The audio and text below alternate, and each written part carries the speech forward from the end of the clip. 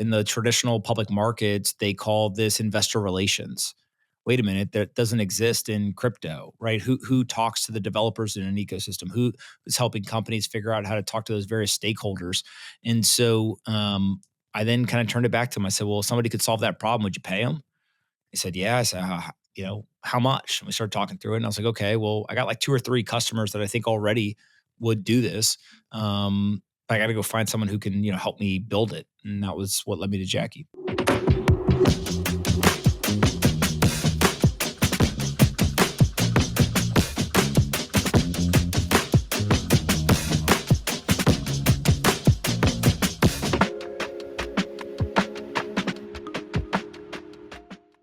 Guys, welcome to the show. We appreciate both having you both on. How are you guys both doing today? I'm doing great. Doing very well. Thanks for having us. Awesome. So thank you for jumping on. The world is obsessed. We'll get right into this. The world is obsessed with stories. I think among the stories, how co-founders met is one of the more popular, intriguing, interesting stories. Everybody around us. How did you guys meet? Anthony reached out to me over Twitter a few years ago. Or actually, no, I think I reached out to him because he followed me. And I was like, what is this account doing following me?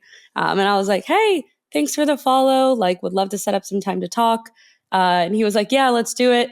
And then we ended up, or he pitched me like an exclusive on a company he was starting. And then I covered it at the time. I believe it is Inflection Points, right, Anthony? It was like the talent agency that he started for crypto companies. And we kind of just kept in touch over the years. I went to some of his events. We ran into each other at events. And then he reached out to me earlier this year, in the beginning of the year, and was like, are you based in New York? And I said, yes. And he was like, do you want to get coffee?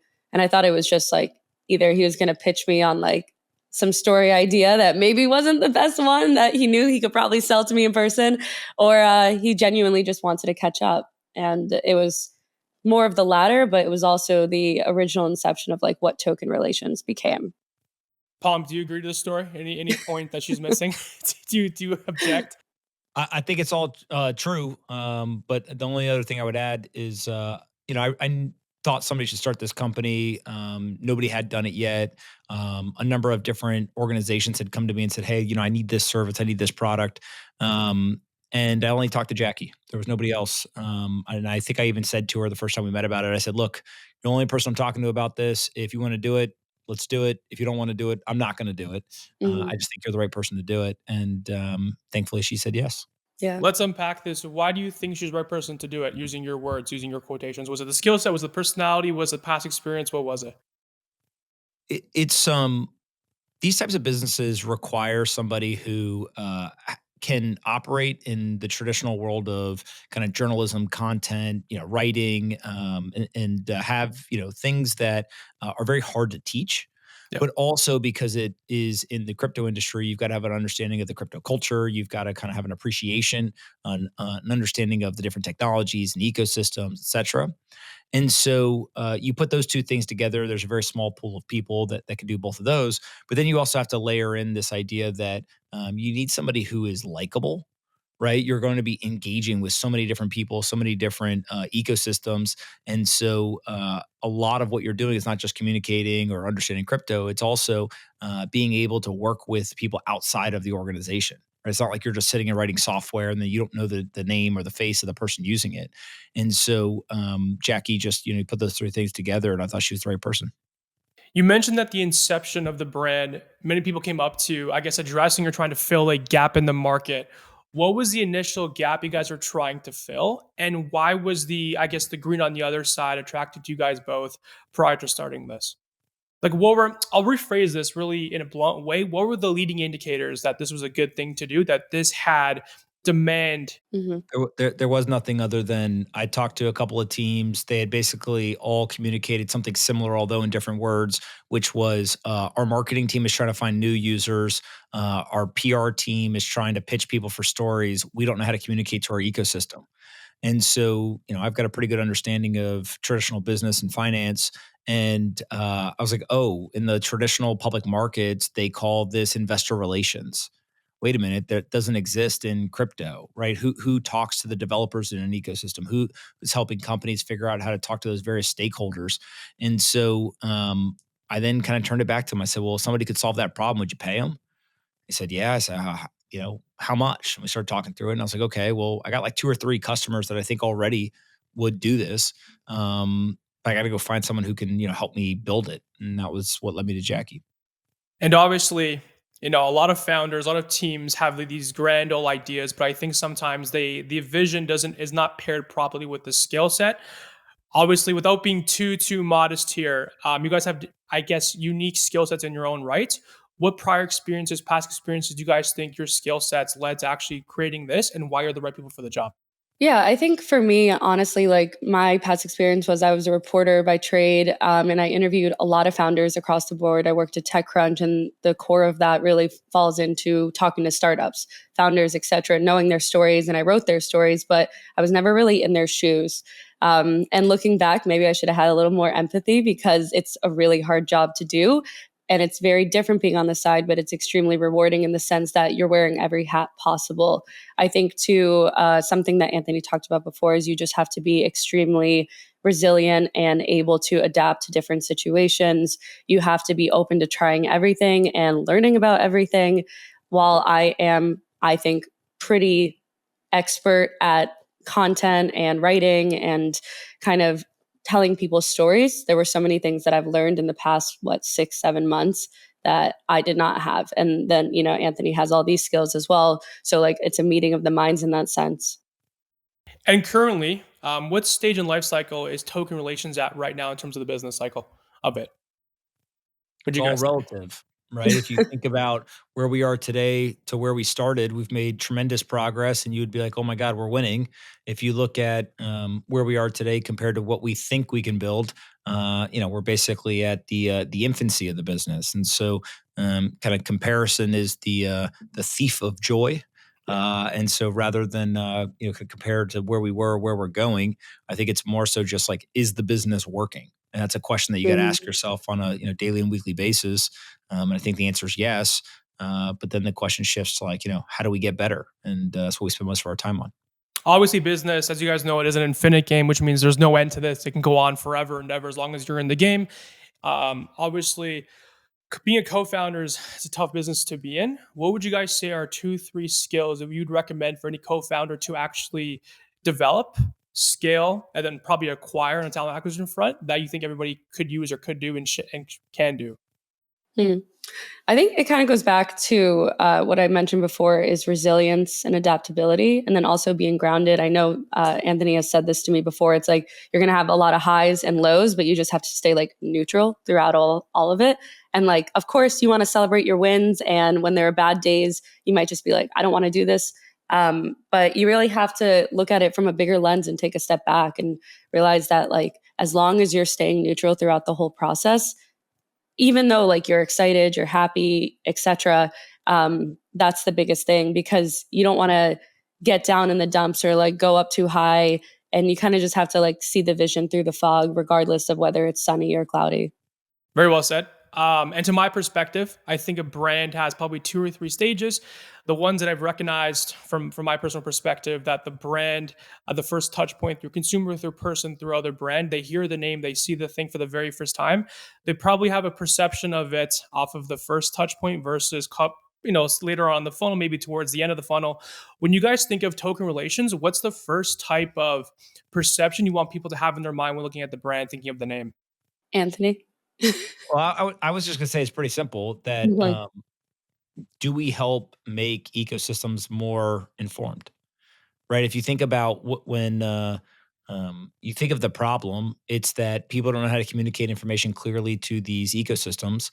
Our job is very simple: clearly communicate the information to the ecosystem. And part of the simplicity of that challenge is the complexity of the challenge. Right? It's very clear in terms of what we have to do, but there's a lot of information. There's kind of a big data problem on the front end. You got to go figure out everything that's happening in an ecosystem. If you go and you talk to even the teams themselves, they're like, we don't even know everything that happens in our ecosystem. So you got to be able to solve that problem. Then you got to be able to sift through it all from the high signal stuff. You then got to be able to write or communicate it in a very concise way so that people are able to consume the information, understand what's happening, et cetera. And then you got to be able to deliver the information. One of the things that I think the crypto industry is guilty of is it being very noisy. And so, how do you try to clear out some of that noise? Is a whole nother challenge. And so, you take all that work, you just boil it down. Our job is to clearly communicate what's happening in an ecosystem to the relevant parties. And I think that if people think of us as they do that, then we're winning. Yeah. I also think that there's just in the conversation of there's a lot of noise, there's a lot of misunderstanding across the board. And there's a lot of really technical people in the space, and that's totally fine. But they have to be able to get the story across and make it not technical. And I kind of think that goes back to, when I was a reporter, I talked to these highly technical people. Some of them come on the call and they don't ever say anything that's not jargon. And then I have to go take that information and make sense of it to a general audience.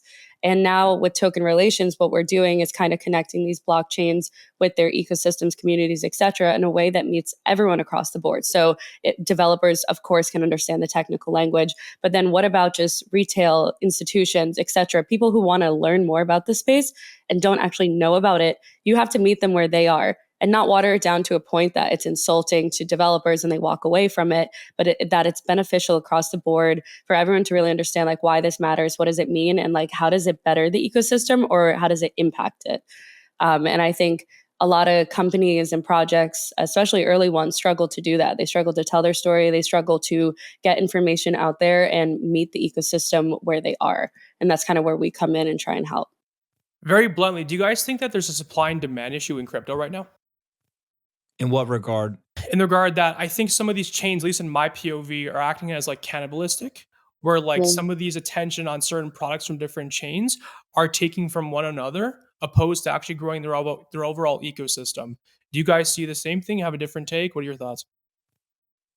Well, I think that each technology does something slightly different, right? So, yes, there are certain technologies where, let's say, you're building, an application, you may only choose one, ecosystem or one infrastructure to build on top of. I do think that there's been a lot of work to try to make things multi-chain and, kind of not be so dependent on any one infrastructure. So maybe that's changing. But I do think, it's kind of like saying, can we have too many Amazons, Googles, Facebooks? Well, they all do something different, right? And so, yes, there's only a certain number of internet users to go after, and the pie is expanding to a degree, but they're all kind of fighting over, those users. What's more likely to happen is less like binary, hey, I use one, I don't use the other.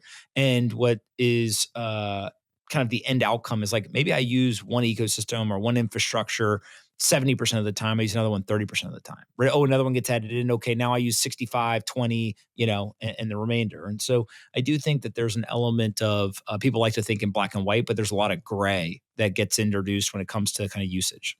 Yeah, I agree with that. And I also think in the Ethereum ecosystem specifically, there's a ton of L2s popping up all the time.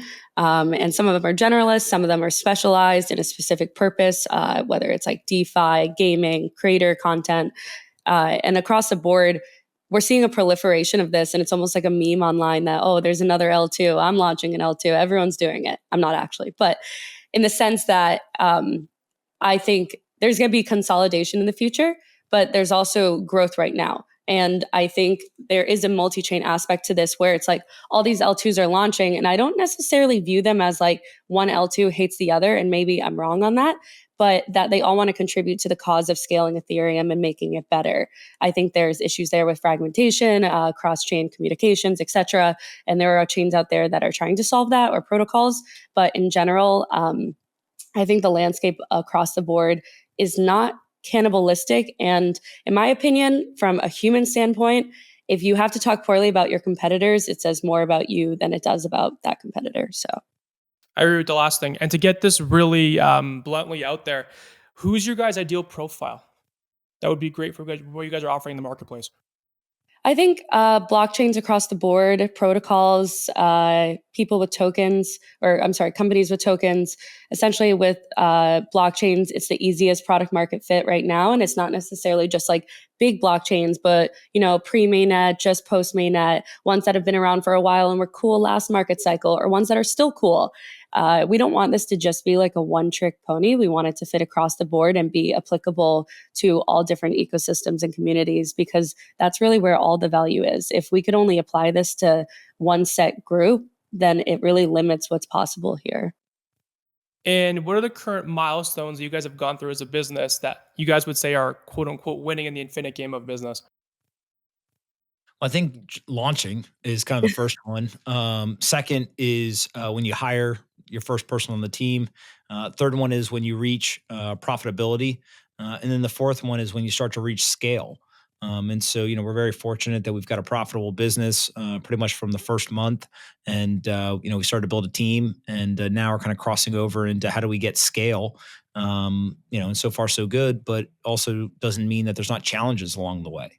You constantly have kind of things that pop up that you got to be able to deal with, and so every business has that as well. And if I had to ask you guys, what's one problem that has not been anticipated thus far that has come up, a bottleneck, if you will, that has been one that's been a little bit more, struggle tougher to solve at this point in time that was not predicted initially? Anthony. No, you got to answer this one. I Everyone's don't I got don't one. have Okay, Everyone has one. I think maybe that's why I pushed it to him because he probably knows what I'm gonna say. But like I think the timeline for things to get done, sometimes we could get things done in like an instant.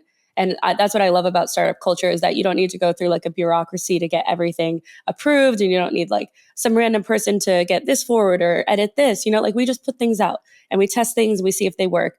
But I think also being realistic about timelines is always a big factor. We're building out like a tech platform. And I initially, when we started the company, I was like, so we're going to have this up in like a month, right? And Anthony was like, no. And I was like, what are you talking about? And now that we are like, what, 6 or 7 months since the company launched, I have a lot more realistic understanding of like what it really entails to build out something. And that's just the reality is like, there's unexpected problems every single day, like nothing major, but like just little fires that you're constantly putting out and you have to wear a lot of hats. And I think it's fun in the sense that this kind of always keeps you on your toes, but it's also just like the reality of the startup culture that you decide to put yourself into.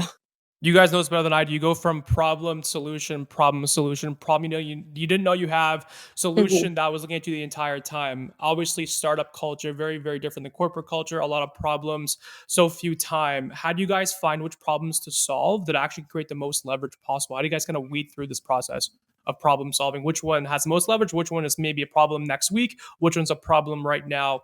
A game of leverage, let's call it. I think it really just comes down to what do the customers want. You hear a problem enough times from a customer, kind of each time there's a request or there's a complaint, you say, hey, okay, maybe that's being prioritized a little bit more. And at some point, you get to, okay, we've heard this 20 times. We probably should address it. And the more that you could do that, the better that you're kind of positioned. Mhm. I also want to be clear that the problems he's talking about aren't problems with us. It's problems they're seeing in their own organizations and ecosystems. And also in terms of just prioritizing problems to take care of versus not. I always say to myself and our employees, like, pick your battles. And that also applies to problems in the sense that if it's a major one or something that you feel really strongly about that you think will impact either the business or a relationship or what we put out, okay, go ahead, pick that battle. But if it's not major and it really won't shift the tide for you or the business, maybe prioritize something else first. I have a to do list I check off every single day. I know Anthony does as well. And that's really how I look at things is getting done what needs to get done first and then going through the rest of the list. I'm an inbox zero person, so I go through everything all the time. I think I'm just working around the clock and making sure that everything is or I'm ahead of what's happening essentially. Do you guys think that crypto has traditional business cycles or are they running on different cycles? I think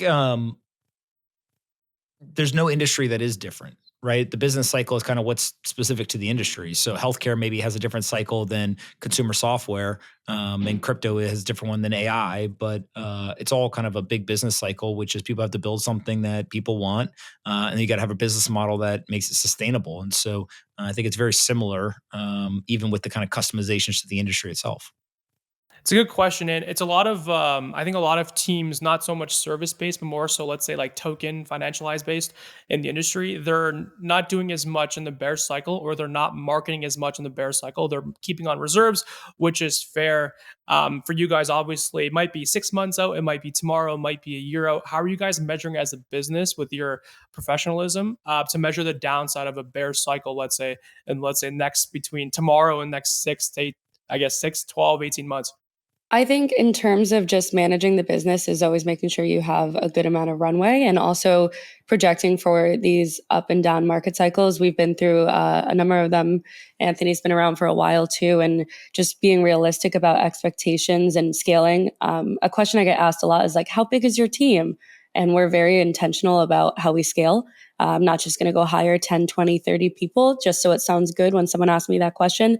We're really methodical about what we do with our money and how we spend it. And then also like making sure that we do have that runway. And when times do get maybe slower or less chaotic when they are in a bull market, that we're, prepping for that. And from a co-founder perspective, what are your guys' day-to-days like? Like, what would you say most um, of your day is spent towards doing XYZ to create XYZ leverage, let's say? oh my God. I feel like every single day is extremely different, but I always joke that if I don't even have something on my schedule, like the world brings something to me, or there's like 50 other things that I have to do. A lot of it is working with our current partners. We work with a lot of great blockchains and ecosystems, Avalanche, Polygon, Optimism, Aptos, CoreDAO, and so on and so forth. And it's really engaging with them, going through what's going on in their ecosystems. I have a podcast as well called Talking Tokens, planning for that, making sure that we hit our weekly goals, follow-ups with, pending contracts we have, people that we work with. It's just like the list goes on and on, honestly. There's no perfect answer to that. And I think it always just goes back to like your job as a founder is to like steer the ship, but also wear a ton of hats and really be adaptable to every single situation. Anthony, what do you think? I think that it is a balance between being offensive and reactive. And the offensive stuff is kind of like, what's your number one priority for the day? Make sure you focus your time, energy, and effort there and go and get that done. But also being reactive is really important because things pop up all the time. I've got a friend who him and I always talk about shit is coming is like the motto for every business leader because you just never know what's going to happen. And there's always a surprise kind of around the corner. And so having that ability to kind of keep your offensive priorities in place while also being reactive to things that pop up is important. And you could argue that understanding the priorities allows you to prioritize the reactive work as well. Some things will happen and you can just say, hey, it's not worth us spending time on this. Other things will happen and you're like, this is the number one thing we got to do right now. And so it's really just kind of clarity of what you're doing, what's important, and what is required to get it accomplished. I think the industry sometimes lacks user acquisition for the fact that the industry is not that wide. It's not growing as much as I think some people might have predicted. What's your guys' number one UA strategy from a service business perspective? I think in terms of user acquisition, it really comes from one, these blockchains already have massive communities, most of them. And if they don't, they're working on like obtaining them, expanding it, etc. But that problem, I think, is on retention and growth. We kind of work with them on how do you retain your ecosystem and community to make them feel engaged, to have them become more long-term thinking. And then also to your point about expanding beyond the current ecosystem that exists today. I think the biggest use cases out there are obviously like DeFi is one, gaming, consumer apps in the sense that you don't need a wallet to onboard. There's not a lot of abstraction out there. And it's really accessible from a point of view where it's like, if I go and order like DoorDash, I don't need to know how DoorDash works. I just order it. And so much of crypto requires you to understand what's going on in order to engage with it. And we need to kind of like abstract from all of that. And then I think that's how users will come in. I mean, Polymarket, for example, is a great one. I'm not big on betting like that. And clearly there's a product market fit for that, especially around the elections. It'll be interesting to see how that goes after. But it makes sense because like sports betting was already a big thing, and then Polymarket came about and they have betting on all sorts of things. You could bet on your beliefs, as they say. And right now the election is one of the biggest ones, but for user acquisition in general, I think it's just meeting the market where they are and not forcing them to fit a square into like a round peg. Obviously, pivots are the more professional name for business. They used to be, fuck ups. They changed it to pivots, which is more professionally correct. I would agree. What is your guys' end game for token relations? And obviously, this could be wrong in the next 5 years. Business changes every 3 months. But what's Mhm. your guys' current end game? Would you say as of right now? Could change, but currently right now. Yeah, Jacq, you yeah, go I'll go first. first, and then hopefully Anthony aligns with me on this. But I think obviously there's a lot of work to do. We just launched it earlier this year, and we work with a number of really great partners. But the end game for me is to work with all of the major blockchains, budding blockchains, existing blockchains to help them. And I know that's a really big feat, but I don't see why we wouldn't try to shoot for the stars on that front. I also think there's just a lot of noise that we talked about in the beginning, and it needs to be shaked out so that people can access things in a quick manner. They could get what they need and either engage or move on. You know, uh, time is finite, time is precious, and we want to make the most use of people's time. The only other thing I would just add is success is measured by whether the customers are happy or not, and the use case will evolve over time. Right. But I do think of success for the business is happy customers. And so, in a weird way, it's easier to describe what failure is than what success is. And so, stasis is failure, and unhappy customers are failure. And if you kind of think about it, you could be running to something or running from something. Running from failure is usually easier for startups than kind of running to success. It just really comes down to, how well do you know those customers and what are they telling you they need? What would you say if I had to ask you? How would you define the one word of what is brand? How would you define it? What is brand? I think brand is one word to define brand. No, I mean like the brand being one word. How would you define it today? How would you define it? Oh, that's a Or good even question. quantify it, qualify it, metrics, data. How would you sum it up? Um, Community engagement and growth. What people think about you when you're not in the room. Mm. Those are both good answers. When I think of brand, I think of two shirts, both black. One has a check mark. One doesn't have a check mark. The other one sells for 10 grand. The other one sells for $10. Mm. That's a And good then you one add up too. all that cost at the end of the year. That's how much that brand is worth. There we True. go. Evan, last thing, where can people learn more about you guys? And what is your overall mission statement?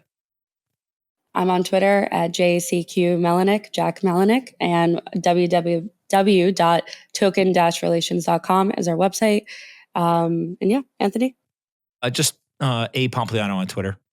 Awesome. Thank you guys. Appreciate your time. Have a good rest of your day. Thank you, everybody. Ciao, ciao. See you Thank next you. time.